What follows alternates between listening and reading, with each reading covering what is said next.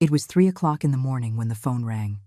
The voice of Leo, my 16-year-old grandson, was trembling on the other end of the line in a way I had never heard before. "Grandma Elsa, don't go home. Please, just stay where you are." His ragged breath sent a chill through my blood. "Leo? What's happening? Why are you talking like this?" I asked, but he just kept repeating the same thing over and over. "Don't go home, Grandma, trust me. I'm begging you." 10 minutes later, from the window of the hotel where I was staying after visiting my sister in the hospital, I saw the red and blue flashing lights of police cruisers surrounding my street. 5, 6, 7 vehicles. My heart stopped. My house, the house where I had raised my children, where I had celebrated every birthday, every Christmas, was being surrounded as if it were a criminal's hideout. But what I didn't know was that, according to the papers they had filed that night, the criminal was me. 3 hours earlier, when I still believed I had a family that loved me, I had been sitting in that very living room, making chamomile tea. The afternoon had been strange, I have to admit. Robert, my 45-year-old son, had arrived with Caroline, his wife, and with Chloe, my 19-year-old granddaughter. They were all smiling too much. Those forced smiles that now, looking back, I realize never reached their eyes. "Mom, we need to talk about some important things," Robert had said, settling into the green velvet couch that had belonged to my mother. Caroline held a manila folder in her hands, clutching it as if it were something precious. Chloe, my dear granddaughter, avoided looking at me directly. That should have alarmed me. Chloe had always been my partner in crime, my confidant. Since she was little, she would come to tell me her secrets while I cooked or watered the plants in the garden. The late afternoon light filtered through the white lace curtains, creating long shadows on the hardwood floor I had polished just that morning. The scent of the tea mixed with Caroline's strong perfume, a scent I had always found too intense for a home as old as mine. Everything seemed normal, familiar, but there was something in the air that made me feel uneasy. "What do you want to talk about?" I asked, pouring the tea into the porcelain cups I had inherited from my grandmother, the same cups I had used to give Robert drinks from when he was a boy with a fever, the same ones where I had comforted Chloe when her first boyfriend broke up with her. Caroline exchanged a look with Robert. It was one of those glances heavy with meaning, the kind that married couples develop after years together. A silent communication that completely excluded me. "Mom," Robert began, and his voice sounded different, more formal, as if he were reading a prepared speech. "We've been worried about you." "Worried? Why?" The question escaped my mouth with a nervous laugh. I felt like an actress who had forgotten her lines in the middle of a play. "Lately, you've been different," Caroline continued, opening the folder. "You forget things, you repeat the same stories, sometimes you don't recognize people." Her voice was soft, but there was something calculated about it, as if she had rehearsed these words in front of a mirror. I remained silent, holding my teacup. The hot steam rose to my face, and for a moment I thought that maybe they were right. Maybe I really was losing my memory. At 73 years old, it was possible. But something inside me, a small but firm voice, told me this wasn't about my memory. It was about something much darker. "Chloe has noticed it too," Robert added, and my granddaughter finally looked at me. Her eyes were red, as if she had been crying, but she said nothing. She just nodded slowly, like a programmed robot. The room filled with a heavy silence. The grandfather clock in the corner marked 6:30 in the evening with its constant tick-tock, a sound that had been the soundtrack of my life for decades. The cream-colored walls, decorated with family photographs of happy moments, seemed to close in on me. In one of those photos, Robert was 8 years old and hugging me after winning a math competition at school. In another, Chloe was blowing out the candles on her 15th birthday cake, wearing a white dress I had helped pick out. "What exactly are you suggesting?" I asked, placing the cup on the table with more force than necessary. The sound of porcelain against wood echoed in the silence like a gunshot. Caroline took a paper out of the folder. "We've spoken with Dr. Harris. He thinks it would be a good idea for you to have some medical tests, just to be sure." Dr. Harris. The name hit me like a slap. I hadn't seen Dr. Harris in over 2 years. The last time was for a routine checkup, and everything had been perfect.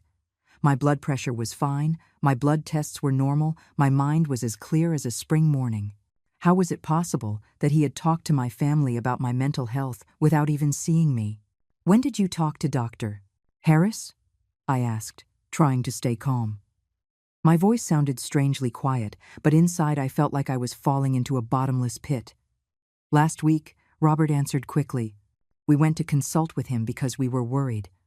We told him about the episodes you've been having." "What episodes?" The question came out of my throat like a rough whisper. "I haven't had any episodes." Caroline exchanged another one of those looks with Robert. It was like watching a play where I was the only one who didn't know the script. "Mom, last Tuesday you called us 5 times asking if we'd seen your purse. You were holding it in your hands on the 5th call." That was a lie. I remembered that Tuesday perfectly. I had called only once because I couldn't find my car keys, and I had found them in the kitchen 10 minutes later. But when I opened my mouth to contradict her, I saw the expression on Chloe's face. My granddaughter was looking at me with such sadness that the words got stuck in my throat. "And on Friday," Caroline continued, consulting what appeared to be a handwritten list, "you went to the grocery store and bought milk 3 times on the same day. The cashier called us because he was concerned." Another lie. I had only gone to the grocery store once on Friday. I had bought my usual things. I had chatted with Kevin, the cashier who had known me for years, about his new granddaughter. But there was Caroline, with her list, with her expression of concern, so convincing that for a moment I doubted my own memory. The sun had set completely, and the living room lamps created yellow circles of light that didn't quite reach the corners. The shadows seemed to move, as if they were silent witnesses to this surreal conversation. The aroma of the tea had turned bitter in my mouth. "Besides," Robert added, taking out his cell phone, "you've been doing strange things with your money." The screen lit up his face as he showed me a screenshot of my bank account. "Last month, you withdrew $3,000 in cash. When we asked you what you needed it for, you couldn't tell us." My blood ran cold. I had withdrawn that $3,000 to help Leo with his college expenses. It had been a secret between him and me because I knew Robert would object, thinking it was too much money for a 16-year-old. But Leo had gotten a partial scholarship to study engineering, and he needed money for books and materials. I had been clear with him, it was our secret until he turned 18 and could manage his own finances. "I know perfectly well what I used that money for," I said, but my voice sounded less convincing than I had hoped. "For what?" Caroline asked, leaning forward. There was something in her posture, in the way she held her pen over her notepad, that made me feel like I was being interrogated. I couldn't tell them the truth, not without betraying Leo's trust, but my silence was interpreted as confusion, as proof that I was truly losing my mind.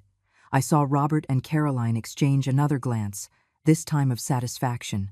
"Mom," Robert said, his voice softening like it did when he was a child and had broken something, trying to avoid punishment. "We just want to take care of you. This house is too big for you alone. There are stairs. There are so many rooms to keep clean. It would be much easier for you to live somewhere smaller, more comfortable." There it was. The real reason behind this whole charade. My house. This 2-story house, with its 4 bedrooms, its garden full of rose bushes I had planted myself, its spacious kitchen where I had prepared thousands of meals, its living room where I had comforted my children when they cried, where I had celebrated every one of my grandchildren's achievements. This house that I had bought with my late husband by working day and night for 30 years. This house, which, according to the most recent estimates, was worth around $250,000. "My house is perfectly fine as it is," I said, and this time my voice was firm. "I don't need to move anywhere." "But think about it, Mom," Caroline insisted. "A nice, modern apartment. No stairs to climb, no garden to maintain. You could use the money from the sale to travel, to enjoy your final years." My final years. As if I already had 1 foot in the grave. As if my life was a countdown that only they could see.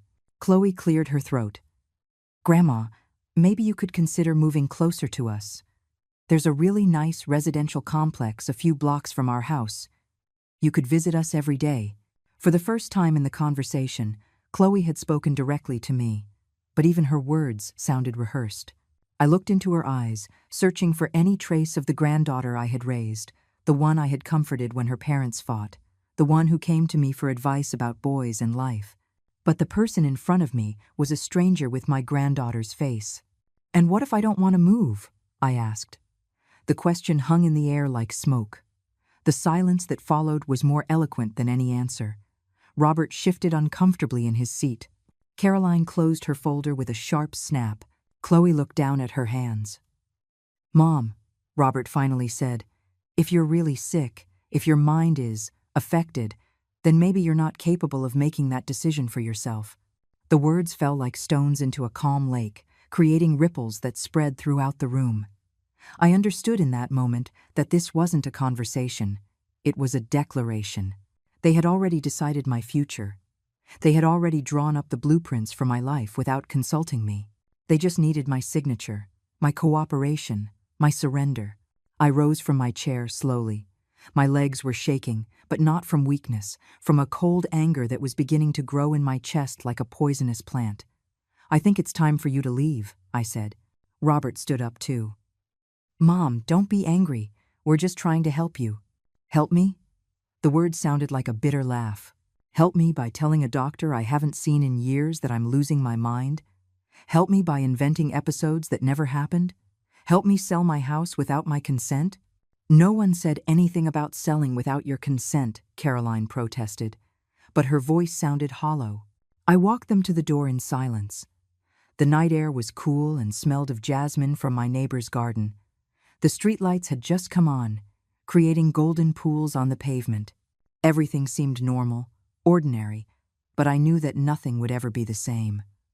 Before getting into the car, Chloe came over to me. For a moment, I thought she would hug me, that she would tell me this was all a terrible misunderstanding, but instead, she handed me a folded piece of paper. "Grandma," she whispered, "please, read this when you're alone." I closed the door with my heart pounding so hard I could hear it in my ears. The house felt different, as if it had changed while they were here. The same furniture, the same photographs on the walls, but now everything seemed tainted by their words, by their lies. I unfolded the paper Chloe had given me with trembling hands. Her handwriting, that round script I had taught her when she was 7, said simply, "Grandma, be careful. They're not telling the truth. I love you."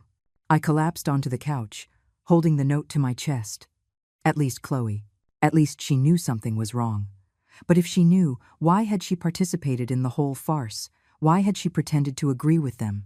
The questions crowded my mind like frightened birds. I decided to call Dr. Harris. If he had really spoken with my family, I needed to know what he had told them. I dialed his office number, knowing it was late, but hoping to get the answering service. To my surprise, he answered himself. "Dr. Harris? This is Elsa Martinez. I need to talk to you about a conversation you supposedly had with my family." The silence on the other end of the line stretched on for too long. "Mrs. Martinez," he finally said, "I haven't spoken with any member of your family.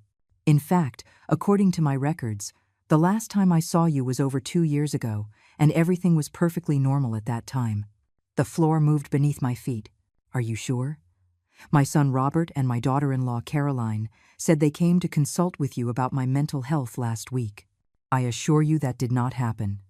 If they had come to see me, I would have a record of the appointment. Besides, I couldn't even discuss your medical condition with them without your written consent." His voice sounded concerned now. "Mrs. Martinez, is everything all right?" I hung up the phone without answering. My hands were shaking so much I could barely hold the receiver. They had lied. They had lied about everything. Dr. Harris, the episodes of confusion, the repetitive calls, the multiple milk purchases. It had all been an elaborate fabrication designed to make me doubt my own sanity. But why? What did they gain from it? The answer came like a lightning bolt. The house, the $250,000 it was worth, my savings account, where I had another $80,000 accumulated over years of work and my late husband's pension, my life insurance policies, my will, where I left everything equally divided between my 2 children and my grandchildren.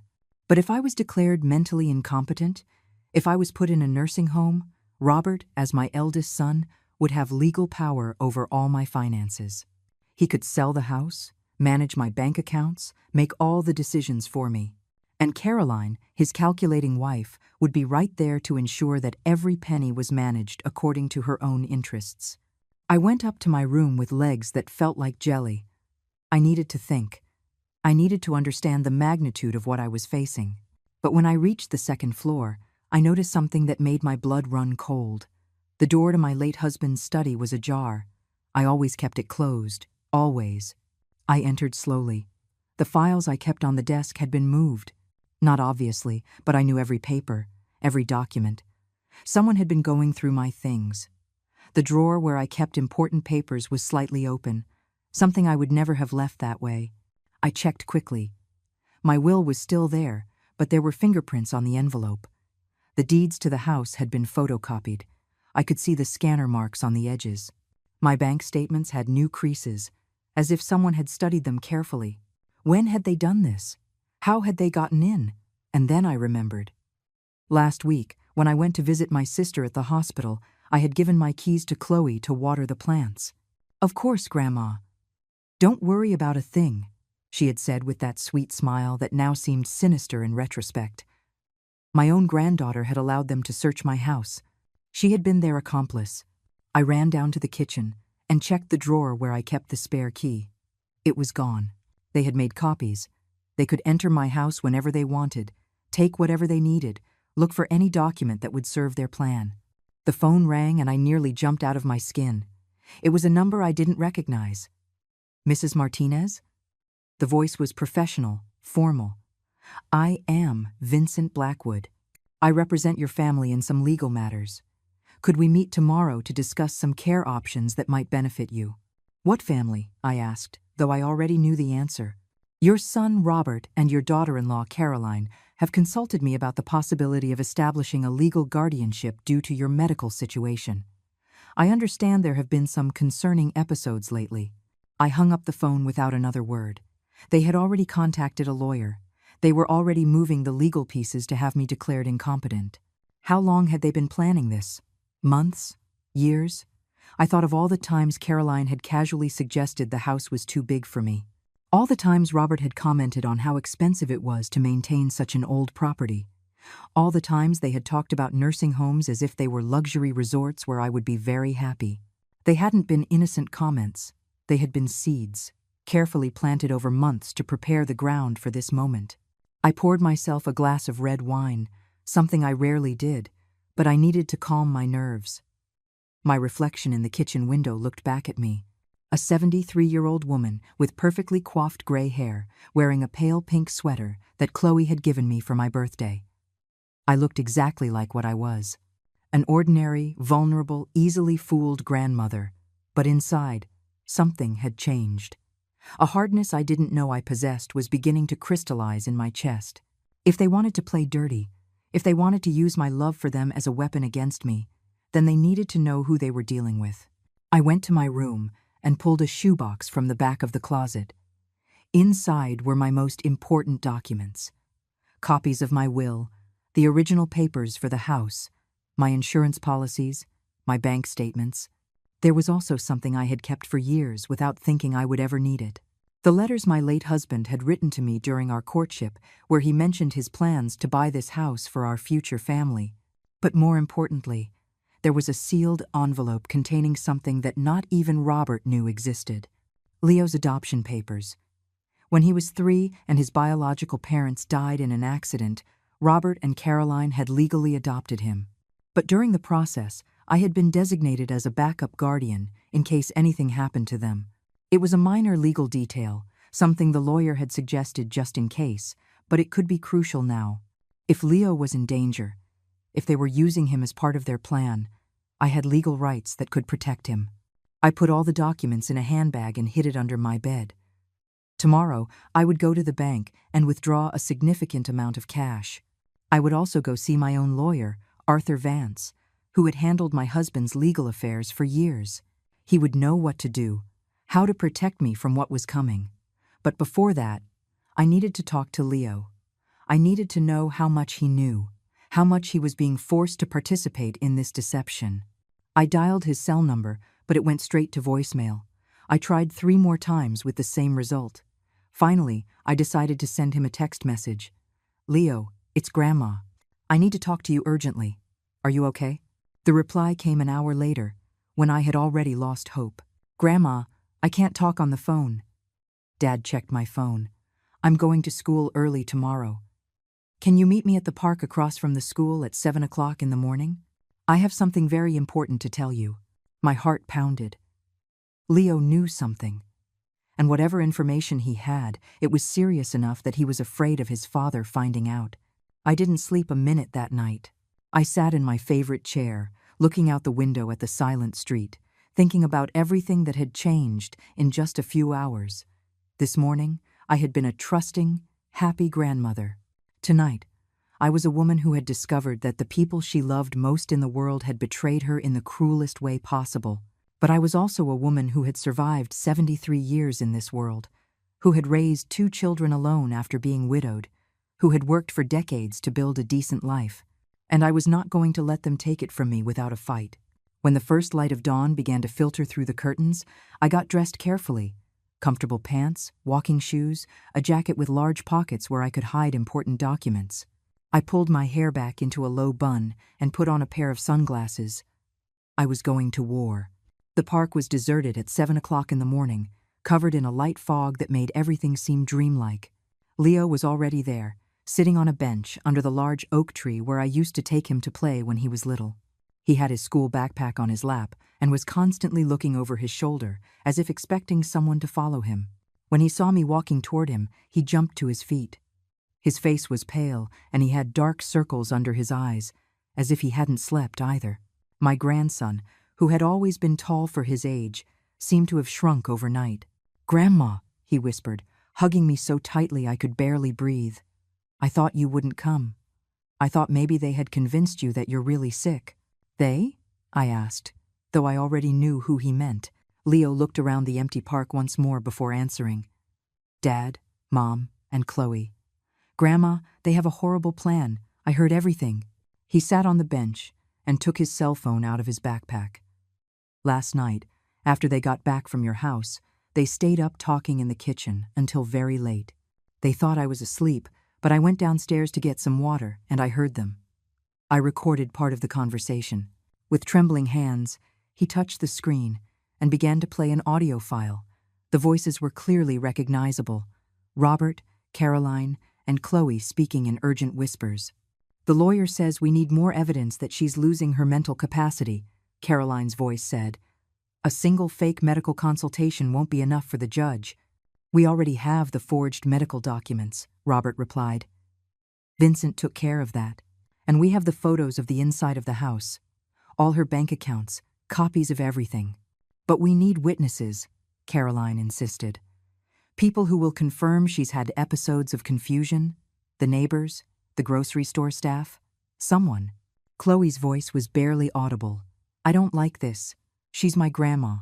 I love her." "Chloe." Robert's voice turned harsh.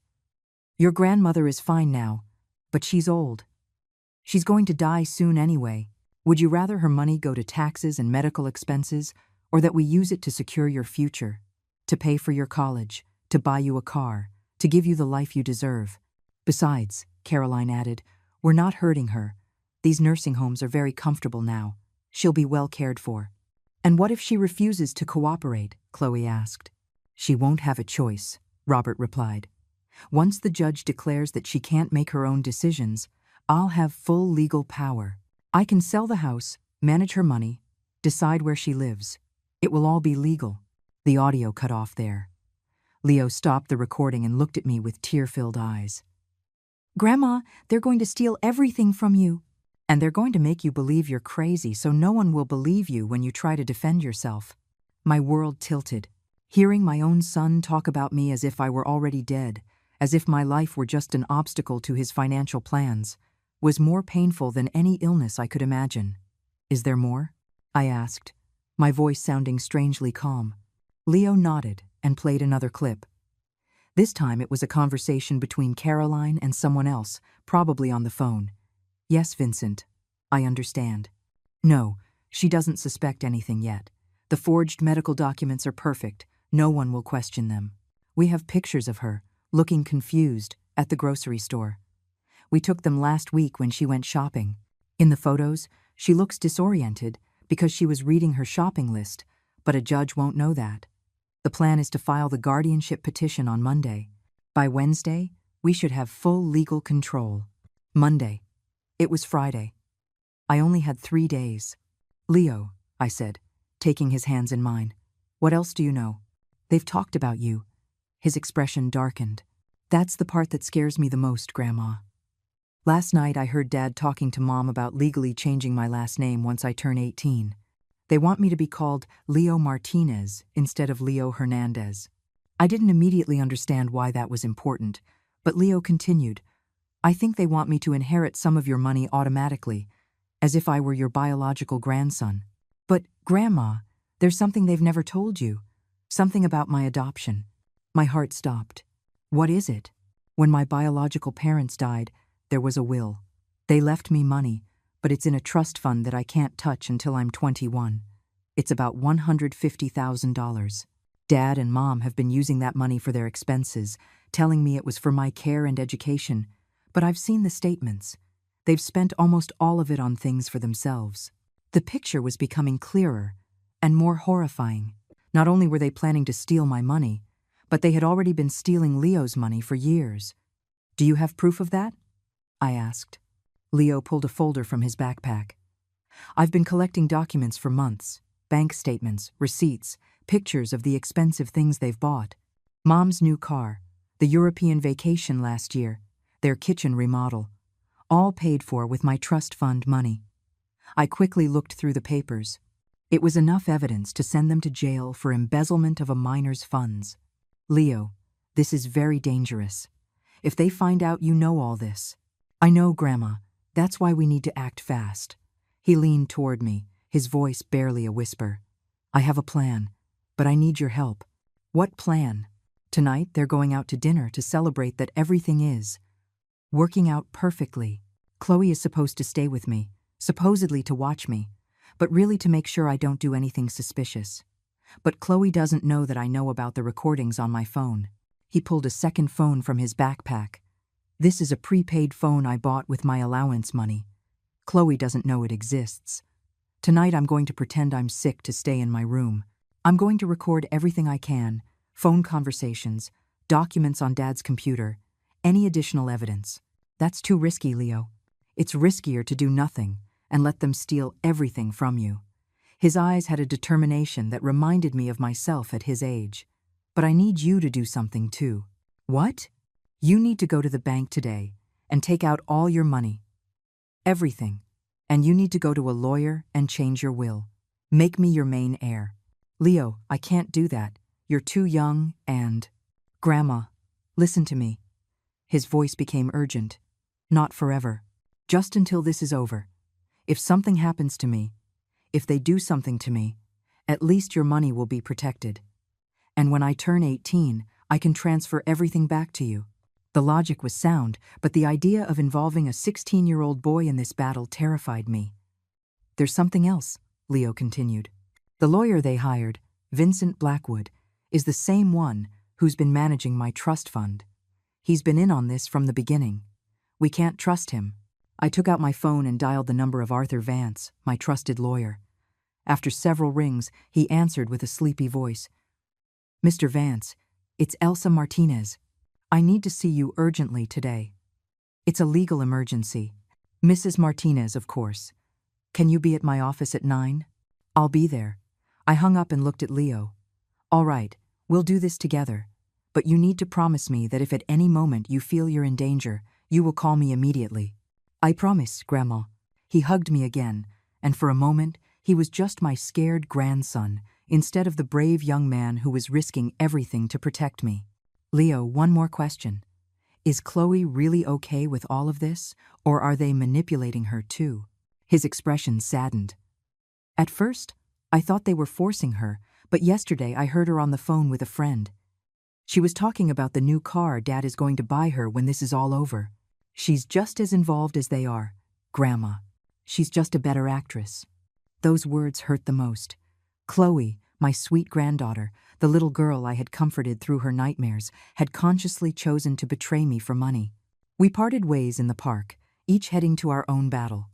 Leo went to school, feigning normalcy while preparing his undercover operation for that night. I headed to Arthur Vance's office, carrying a bag full of documents and the weight of a betrayal I still couldn't fully process. As I walked to my car, a single question echoed in my mind. How had I raised a son capable of this? At what point had I failed so badly that Robert had grown up thinking my life was worth less than his financial comfort? But there was no time for self-pity. I had work to do. Arthur Vance's office was on the second floor of a red brick building in the city center. He was a 65-year-old man, bald, with thick glasses and a measured way of speaking that had always calmed me. But this morning, as I told him the whole story, I saw something in his eyes I had never seen before, pure fury. "Elsa," he said after listening to Leo's recordings and reviewing all the documents, "this isn't just a family betrayal. This is large-scale criminal fraud. Forged medical documents, impersonating a licensed physician, conspiracy to commit fraud, embezzlement of a minor's funds, possible extortion. Your son and his wife could face years in prison for this." "Arthur, I don't want to send my son to prison," I said, though the words sounded hollow even to me. "I just want to protect my money and protect Leo." "Elsa, look at me." He took my hands. "They won't stop here. If they succeed in having you declared legally incompetent, they will have access to everything: your house, your bank accounts, your insurance policies, your medical decisions. They could literally control you until the day you die. And when you do, Leo will inherit nothing because they will have already made sure everything is in their name." The reality of the situation hit me like a cold wave. It wasn't just about money. It was about my freedom, my autonomy, my right to live my final years as I chose. "What can we do?" I asked. Arthur went back to his desk. "First, we're changing your will immediately. We'll name Leo as your primary heir, but we'll also set up legal protections to ensure Robert can't challenge it, claiming undue influence." We spent the next hour filling out paperwork. I changed my will to leave 70% of my assets to Leo under the condition that he couldn't access the money until he was 21, and that it would be managed by an independent trust until then. The rest would be divided among my other relatives, with specific clauses preventing Robert or Caroline from touching a cent. "Second," Arthur continued, "we're establishing a durable power of attorney that specifically excludes Robert from making any medical or financial decisions for you. Leo will be your backup legal representative, and I will be the primary." He stamped the documents with his notary seal. "Third, we're going to the bank right now, and you're going to transfer all your money to new accounts that only you control." At the bank, I discovered something that chilled me to the bone. When I asked for the statements from the last 6 months, the teller showed me several transactions I hadn't authorized. Small but constant withdrawals. $50 here, $100 there. In total, nearly $3,000 had disappeared from my savings account. The teller reviewed the records. "According to our files, you authorized these transactions over the phone.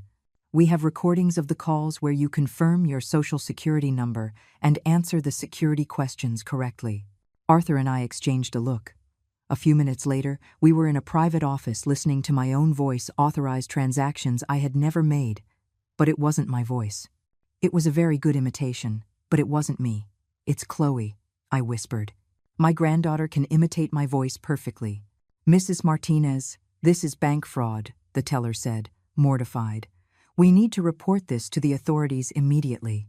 "Not yet," Arthur said quickly. "First, we need to secure the remaining funds and gather more evidence." I closed all my existing accounts and opened new ones with completely different passwords, transferring the $78,000 that remained.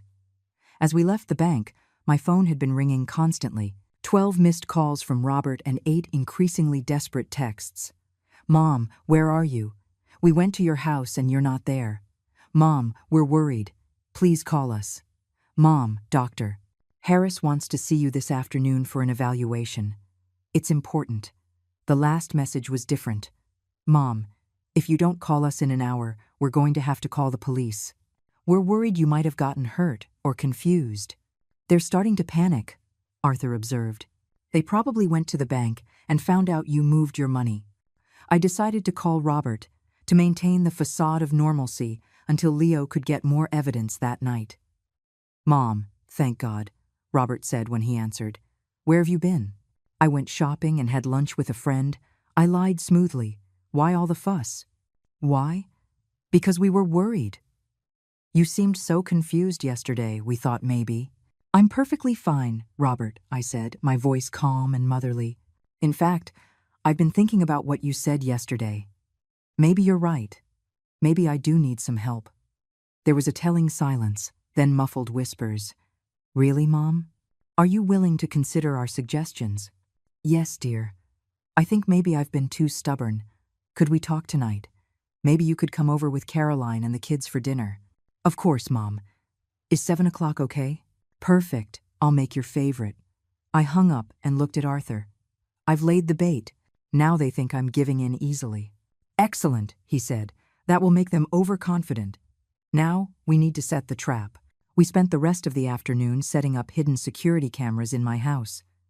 Arthur had called a trusted private investigator, an ex-cop named Frank, who arrived with professional surveillance equipment. These will record everything, Frank explained, installing tiny devices in the corners of my living and dining rooms, high-quality audio and video. He also gave me a small device that looked like a pen, but was actually a recorder. At 5 o'clock in the afternoon, my house was fully monitored. Arthur and Frank set up in a van parked 2 blocks away, where they could watch and listen in real time. Elsa, Arthur said before he left, remember, your goal tonight is not to confront them. It's to get them to confess, act confused, vulnerable. Let them think they're winning. At 6:30, I started cooking chicken in a savory red sauce, Robert's favorite since he was a child. The aroma filled the house, creating a comfortable domestic atmosphere that was a grotesque contrast to the psychological war about to begin. At exactly 7 o'clock, I heard Robert's car in the driveway. I took a deep breath, smoothed down the yellow dress I'd chosen specifically to make me look frail, and went to open the door. Family, I said with the brightest smile I could muster. Come in. Dinner is almost ready. Robert hugged me, but I could feel the tension in his muscles. Caroline kissed my cheek, but her eyes were calculating. Chloe hugged me and whispered, I love you, Grandma. The hypocrisy almost made me sick. Where's Leo? I asked. He was feeling a little sick, Caroline explained. We decided to let him rest at home. Perfect. The plan was working. After dessert, as we were having coffee in the living room, Robert finally brought it up. Mom, he began, we spoke with Dr. Harris this afternoon. Oh, yes? And what did he say? He's very worried about you, Caroline continued, pulling out her folder. He says the symptoms we described are consistent with the early stages of dementia. She showed me official-looking medical forms with Dr. Harris's letterhead. When did I go to Dr. Harris? I asked, feigning confusion. I don't remember going. Robert and Caroline exchanged a look that said, See? This proves our point. Mom, you went last week, Robert said gently. We took you. You don't remember. It was a blatant lie, but I pretended to think hard. No, I don't remember, I murmured. Are you sure? Completely sure, Mom. He leaned forward, his voice taking on that condescending tone adults use with small children. And the doctor says, these memory lapses are only going to get worse. He says you need specialized care. What kind of care? I asked, allowing a tremor into my voice. Caroline took my hand with a false tenderness. We've been looking at some wonderful options. There's a beautiful place just outside the city, Pleasant Meadows. It's like a resort, but with 24-hour medical staff. And my house? I asked. What would happen to my house? Well, Robert cleared his throat. The house is too big for you, Mom. And the care at Pleasant Meadows is expensive.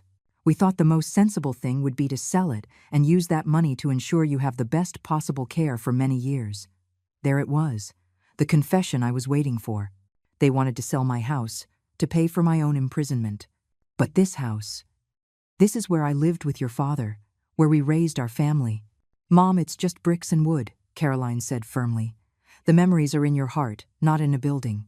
Besides, Robert added, It's not like you'll be in any condition to maintain it for long. Dr. Harris says your condition will deteriorate rapidly. In a few months, you probably won't even recognize the house anyway." His words pierced me like daggers. "What do you think, Grandma?" Chloe asked. "Would you like us to take you to see Pleasant Meadows tomorrow?" "I don't know," I said, pretending to be overwhelmed. "It's so much to process. How much would it cost?" "About $4,000 a month," Caroline answered quickly. "But with the money from the house sale, plus your savings, you could live there comfortably for many years." "And you?" I asked. "Where would you and the children live?" Another exchanged glance. "Well, Mom, we've been having some financial problems," Robert finally admitted. "We thought, maybe we could stay in this house temporarily, just until we get back on our feet financially. It would be a way to keep the house in the family. They were planning to use my money to remodel my house after they stole it." "There's one more thing," Caroline added, pulling a form from the folder. "We need you to sign this document. It's just a temporary power of attorney to let us handle your finances while you're at Pleasant Meadows. It's for your own protection. It wasn't temporary. It was a permanent power of attorney giving Robert complete control over my entire financial life." "Can I take it to my lawyer to have it reviewed?" I asked innocently. "Mom," Robert's voice hardened slightly, "our lawyer already reviewed it. It's a standard document. Involving multiple lawyers will just cost you unnecessary money." "Okay," I said finally. "Let me find my good pen." I went to the kitchen, pretending to search, but really giving them time to talk amongst themselves, hoping they'd say something else incriminating. "Do you think she suspects anything?" I heard Chloe whisper. "No. She's completely confused," said Caroline. "Once she signs this, we'll have total control. We can move her to Pleasant Meadows on Monday and put the house up for sale immediately." "And if she changes her mind?" Chloe asked. "Once she's committed, her opinions won't legally matter," Robert said. "The document she's about to sign gives me the authority to make all decisions for her." They had confessed their entire plan on camera. I returned with a pen. "You know what?" I said. "I think I need one more night to think about it. Tomorrow morning, I'll sign all the necessary papers." The disappointment on their faces was instant, but they tried to hide it. "Of course, Mom," Robert said. "Tomorrow is perfect." They left an hour later. As soon as their car was gone, Arthur and Frank were at my door. "Elsa," Arthur said with a fierce smile, "we've got them." Arthur and Frank sat up in my living room, reviewing the footage. "This is enough to prosecute them for conspiracy, fraud, attempted extortion, and forgery," Frank said. Then my phone rang. It was Leo, on his secret phone. "Grandma, I got it. I got everything. Are you safe, honey?" "Yes. Chloe thinks I'm asleep. I got into Dad's computer.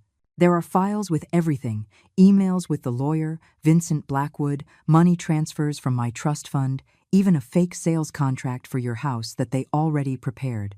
"A sales contract?" "Yes. It's dated for next week. They're going to say you signed it voluntarily before your illness got worse." Arthur leaned into the phone. "Leo, this is Arthur Vance. Can you email those files to a secure address I'm about to give you? I already copied them to a USB drive, but I can email them too. Just give me 5 minutes." A few minutes later, the files arrived. It was worse than I had imagined. They hadn't just planned to steal my money. They had been systematically stealing from Leo's trust fund for years. It was at that moment, as we stared at the proof of their crimes, that my regular phone rang. It was an unknown number. "Mrs. Martinez? It's Sergeant Miller from the police department. We've received a report that you've had a mental breakdown and have abducted your grandson, Leo. We need you to come to the station immediately." Another call came in from Vincent Blackwood. "Mrs. Martinez, I've been informed of the situation with Leo and your recent erratic behavior. I strongly suggest you turn the minor over to the authorities and submit to a voluntary psychiatric evaluation. This could prevent more serious criminal charges." The corrupt lawyer. They had completely flipped the narrative. Now I was the criminal, the senile grandmother who had kidnapped her own grandson. It was brilliant and diabolical. "They've called the police," I told Arthur, showing him my phone. "They're saying I kidnapped Leo." Arthur listened to the messages. "It's a desperate but smart move. They're trying to get control of you before you can press charges against them.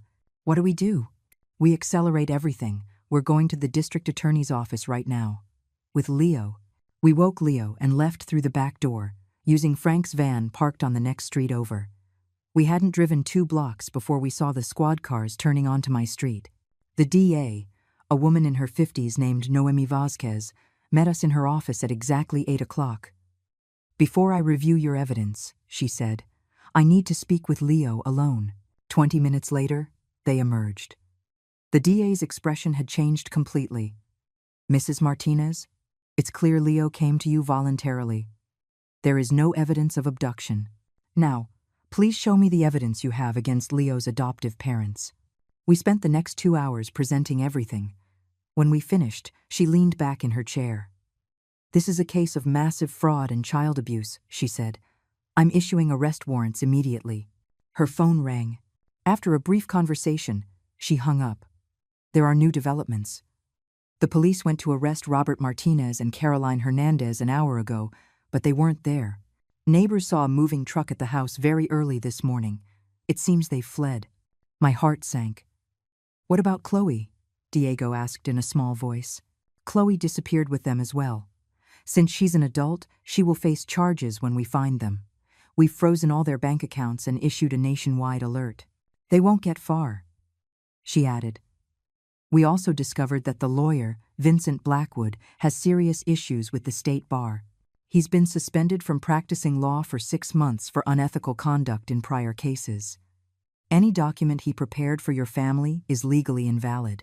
The DA arranged for Leo to stay with me under the supervision of a social worker until the situation was resolved. On the way home, we stopped at the bank. The DA had been true to her word. A court order had been issued, returning all the stolen money to my account and to Leo's trust fund. In total, they had stolen nearly $90,000. 6 months later, I was in my garden watching Leo plant tomatoes when the phone rang. It was DA Vasquez. "Mrs. Martinez, we found them." "Where were they?" "In a small town in Arizona, working on a farm under false names. They're being transported back today to face the charges." The trial took place 3 months later. I testified, not with anger, but with a deep sadness for everything that had been lost. When Leo testified, his voice was firm but pained. He spoke of years of feeling used, of discovering that the people he loved had been stealing his inheritance since he was 3. "Do you forgive them?" Robert's defense attorney asked him. Leo thought for a long time. "I forgive them for what they did to me," he said finally. "But I can't forgive them for what they did to my grandmother.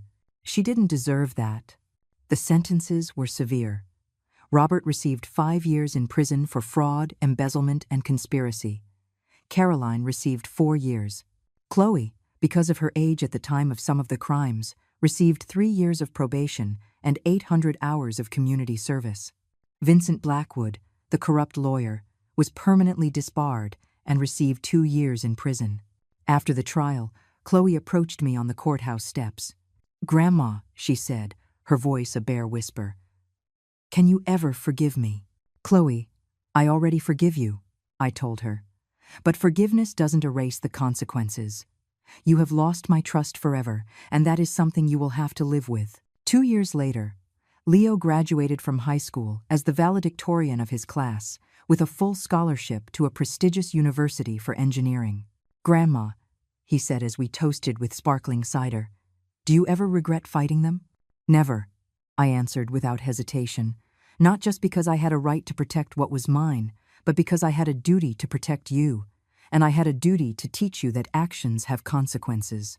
Now, 5 years after that night that changed everything, I live alone in my house, but I don't feel lonely. Leo visits every weekend from college. We've built a life together, healing the wounds his family left behind. I've learned that true love requires mutual respect, honesty, and a willingness to make sacrifices for the other's well-being. What my family had offered me was not love. It was toxic dependency disguised as affection. Yesterday, Leo brought me flowers from his university's garden. "For the bravest woman I know," he said. "I don't feel brave. I just feel like a woman who did what she had to do. But maybe that's what being brave really is, not the absence of fear, but doing the right thing in spite of it. Tonight, as I write these last words in my journal, I can hear the sound of rain gently tapping against the windows of the house I almost lost. Leo is upstairs studying for his finals. The chamomile tea is cooling on the table beside me. Everything is quiet, safe, and in its right place. They never touched my name again, and I never went back.